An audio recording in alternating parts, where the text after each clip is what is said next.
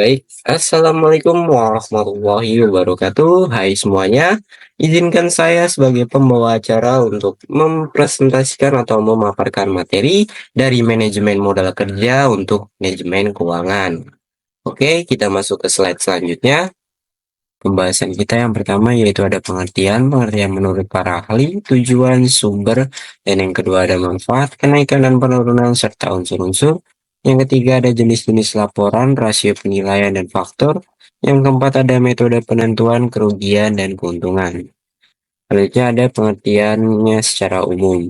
Manajemen modal kerja atau working capital management merupakan suatu pengolahan investasi perusahaan yang berhubungan dengan aktiva lancar perusahaan. Dapat diartikan juga bahwa manajemen modal kerja itu suatu kegiatan pengolahan aktiva lancar dan utang lancar yang berhubungan langsung dengan likuiditas perusahaan. Likuiditas perusahaan itu apa sih? Yaitu adalah kemampuan perusahaan untuk melakukan pemenuhan kewajiban yang harus segera dilunasi dalam waktu yang sudah ditentukan. Selanjutnya ada pengertian manajemen modal kerja menurut para ahli. Menurut Kasmir 2010, manajemen modal kerja merupakan suatu pengolahan investasi perusahaan dalam aset jangka pendek atau current asset, artinya yaitu investasi dalam aktiva lancar perusahaan berjalan dengan melibatkan sebagian besar jumlah aset perusahaan. Sedangkan menurut Weston 2006, manajemen modal kerja yaitu mengacu pada semua aspek penata laksanaan aktiva lancar dan utang lancar.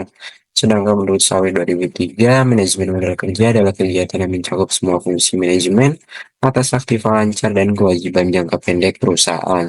Sasaran yang ingin dicapai yaitu yang pertama dengan memaksimalkan nilai perusahaan dengan mengelola aktiva lancar, yang kedua adalah meminimalkan dalam jangka panjang biaya modal yang digunakan untuk membiayai aktiva lancar. Selanjutnya ada tujuan manajemen modal kerja. Menurut Kasmir 2010, tujuan manajemen modal kerja bagi perusahaan adalah yaitu yang pertama, modal kerja digunakan untuk memenuhi kebutuhan likuiditas perusahaan. Artinya likuiditas suatu perusahaan sangat tergantung pada manajemen modal kerja ini. Yang kedua ada dengan manajemen modal kerja yang cukup, perusahaan memiliki kemampuan untuk memenuhi kewajibannya pada waktunya. Yang ketiga ada memungkinkan perusahaan untuk memperoleh tambahan dana dari para kreditor apabila resiko keuangannya memenuhi syarat seperti likuiditas terjamin. Yang terakhir ada memungkinkan perusahaan untuk memiliki sediaan yang cukup dalam rangka memenuhi kebutuhan pelanggannya. Selanjutnya ada sumber-sumber modal kerja.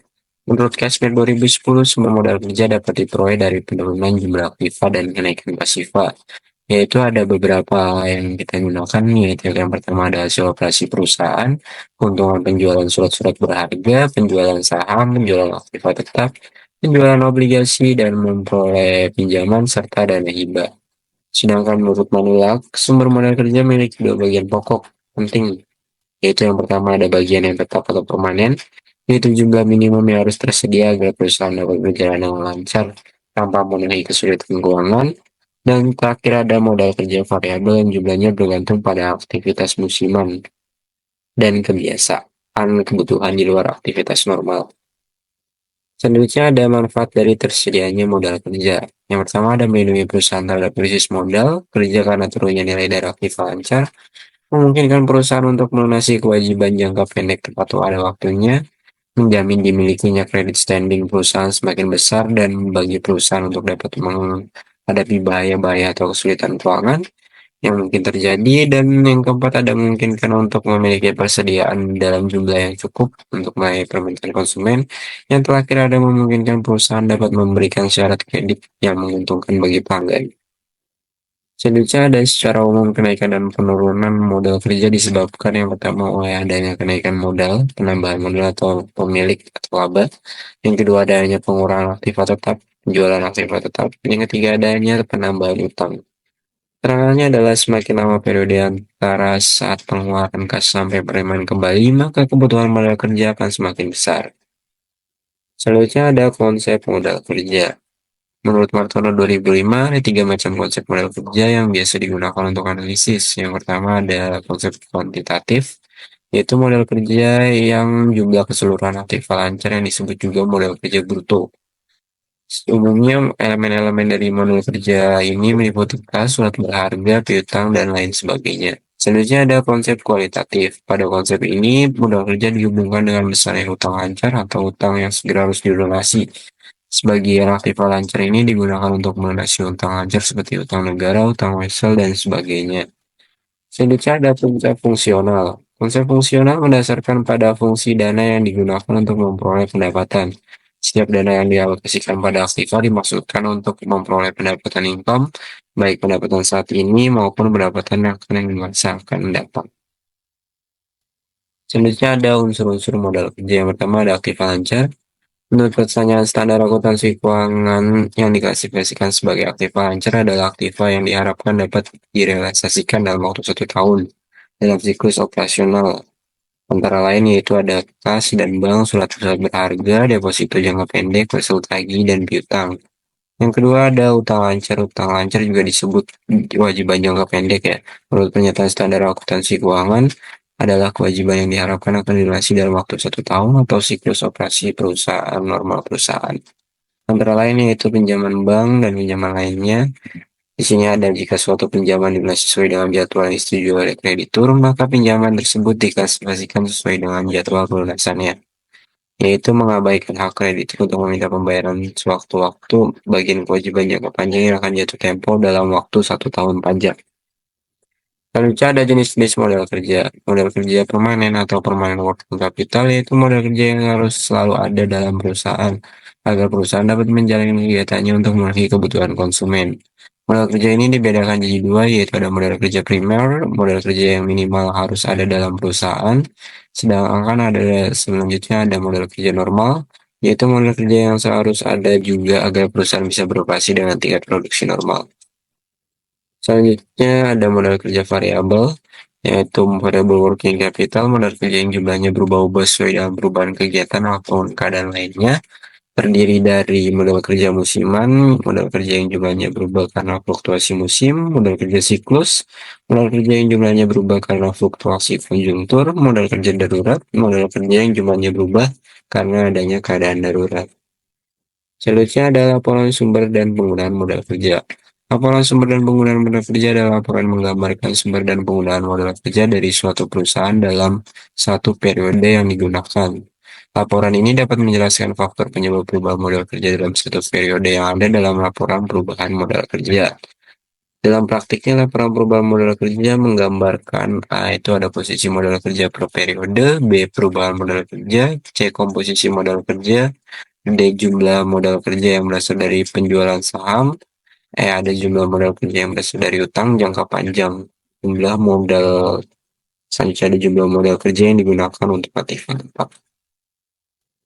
Menurut Munawir 2000, laporan perubahan modal kerja harus dapat menyajikan dalam dua bagian, yaitu menunjukkan perubahan yang terjadi untuk setiap jenis atau elemen modal kerja, perubahan masing-masing pos aktiva lancar dan utang lancar, dan perubahan modal kerja secara total. Dan yang B ada menunjukkan sumber dan penggunaan modal kerja atau sebab-sebab terjadinya perubahan modal kerja. Selanjutnya ada rasio penilaian kinerja modal kerja.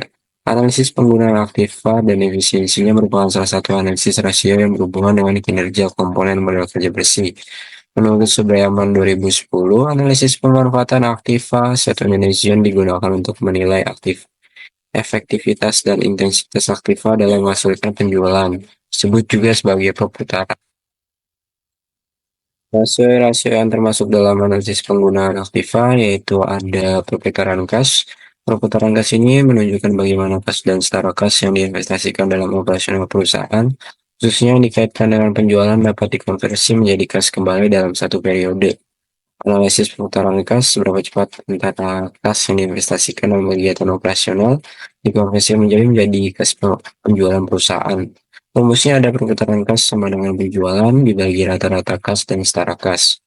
Selanjutnya ada perputaran piutang usaha mempunyai hubungan yang erat dengan jumlah penjualan kredit.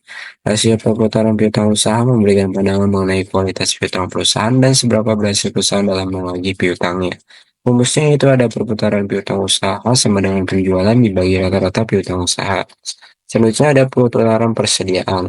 Perputaran persediaan menunjukkan berapa kali persediaan barang berputar dalam satu periode tertentu. Tingkat ini dihitung dalam membagi harga pokok penjualan dengan persediaan atau juga bisa dengan rumus perputaran persediaan sama dengan harga pokok penjualan dibagi rata-rata persediaan. Selanjutnya ada faktor-faktor yang mempengaruhi modal kerja. yaitu A. Sifat atau jenis perusahaan.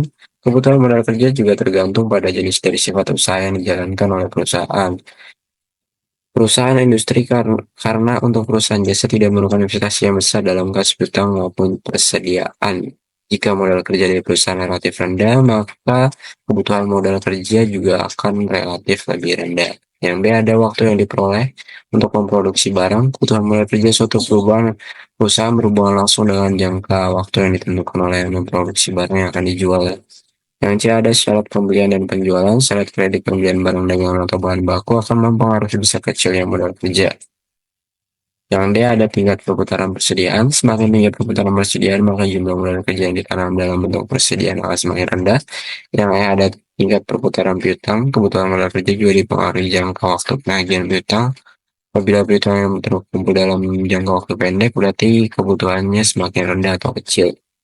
Yang F, ada volume penjualan. Perusahaan juga butuh modal kerja untuk mendukung kegiatan operasional pada saat terjadi peningkatan penjualan. Yang G, ada faktor musim dan siklus. Fluktuasi dalam jumlah yang disebabkan oleh faktor musim dan siklus akan mempengaruhi kebutuhan makan modal kerja. Metode penentuan kebutuhan modal kerja. Menurut Jumian 2009, untuk menentukan besarnya modal kerja, yaitu bisa digunakan metode ketertarikan dana. Untuk menentukan besarnya modal kerja dipengaruhi oleh beberapa faktor, yaitu periode perputaran atau periode modal kerja yang merupakan keseluruhan atau jumlah periode yang mengikuti pemberian jangka waktu pemberian kredit. Selanjutnya ada penerimaan piutang, pengeluaran kas setiap harinya yang merupakan jumlah pengeluaran kas rata-rata setiap hari untuk keperluan pembelian bahan mentah atau barang dagangan. Yang kedua ada metode perputaran modal kerja. Dengan metode ini, besar kecilnya modal kerja ditentukan dengan cara menghitung perputaran elemen-elemen pembentuk modal kerja seperti perputaran kas, perputaran piutang, dan perputaran persediaan. Manajemen modal kerja yang buruk, kerugiannya yang pertama, yaitu ada likuiditas menurun, kesulitan membayar utang, kesulitan memenuhi kewajiban jangka pendeknya seperti pembayaran gaji.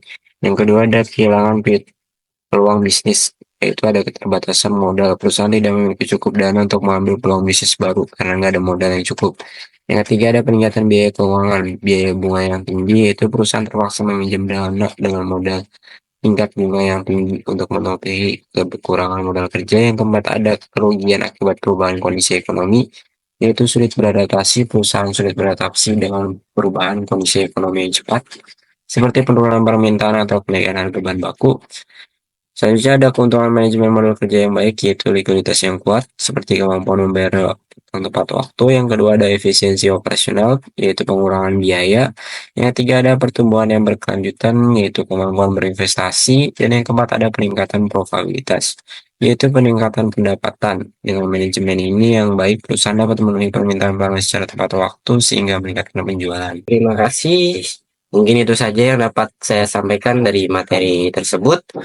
Semoga materi tadi berguna atau bermanfaat untuk teman-teman semuanya. Jangan lupa like and subscribe channel ini agar channel ini dapat berkembang sesuai yang kalian inginkan. See you. Thank you guys.